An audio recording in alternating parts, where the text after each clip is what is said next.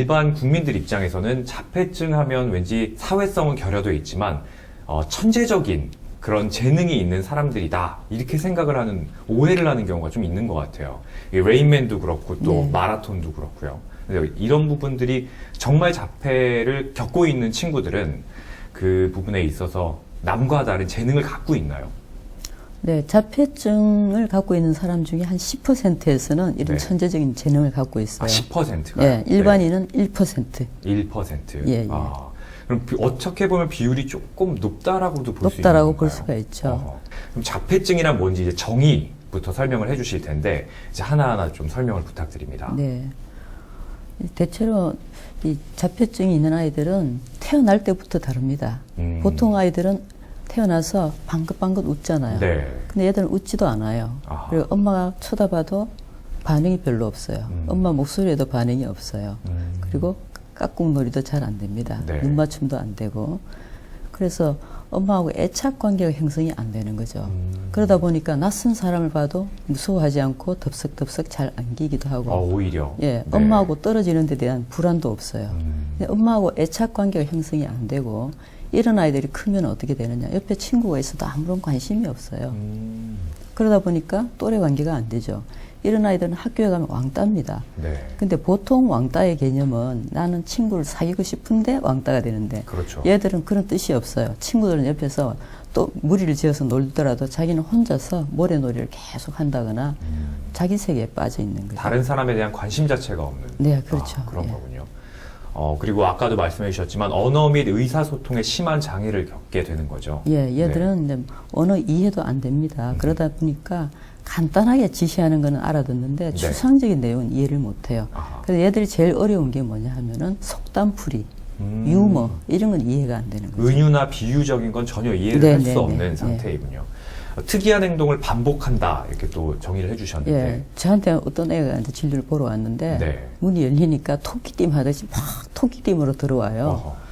이런 특이한 행동을 하는데 네. 어떤 애는 심한 경우 머리를 계속 벽에다 박는 벽에 박기도 경우도 하고. 있고 네. 얼굴을 계속 찡그리기도 하고 또 손을 계속 이상한 모양으로 뒤틀기도 하고 또 까치발해서 다니기도 하고 또 자동차나 이런 장난감 같은데 애착을 보이는데 네. 그것을 원래 이제 용도에 맞게 쓰는 게 아니라 그걸 줄을 세운다거나 네. 쌓거나 돌리는데 몰입해서 그런 경향이 있습니다.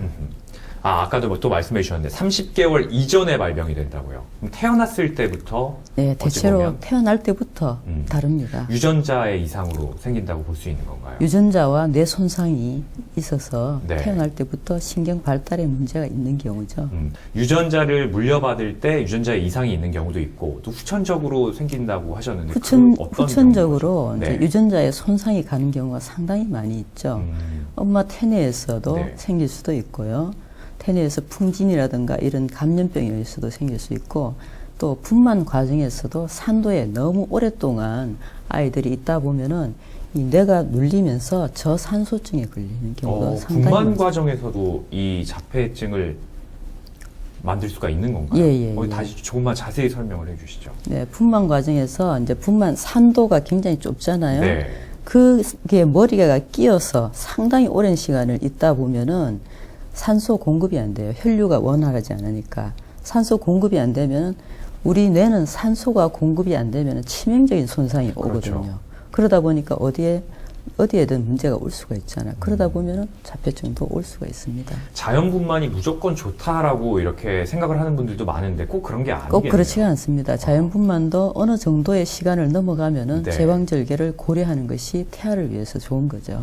그 시간이 어느 정도라고 말씀해 주실 수가 있나요? 어느 정도라고는 할 수는 없는데 네. 초산인 경우에도 적어도 12시간을 넘지 않는 게 저는 좋을 거라고 생각합니다. 네. 유전자가 상하게 되는 데는 여러 가지 이유가 있지만 결국 부모님들의 어떤 상태가 또 많은 영향을 미칠 것 같은데 노산이나 혹은 음주, 담배 이런 게 당연히 영향을 미치나요? 당연히 영향을 미치죠. 아하. 알코올도 영향을 네. 미치고 또 최근에는 백신 우리 태아가 태어나면은 바로 백신을 놓잖아요. 네. 백신을 아주 여러 가지를 한꺼번에 넣는데 백신의 보존제로 수은이 들어있는 경우가 많이 있습니다. 그래서 아이들이 수은에 의해서 네. 이 자폐증이 오는 경우가 상당히 많다고 미국의 ARI라는 단체가 있어요. 네. 오티즘 리서치 인스티튜트라고 림랜드라는 박사가 이제 그걸 창설을 했는데 그분의 아들이 바로 자폐증입니다. 그분이 바로 이 수은 중독하고 자폐증하고도 관계가 있다라고 얘기를 했어요. 네.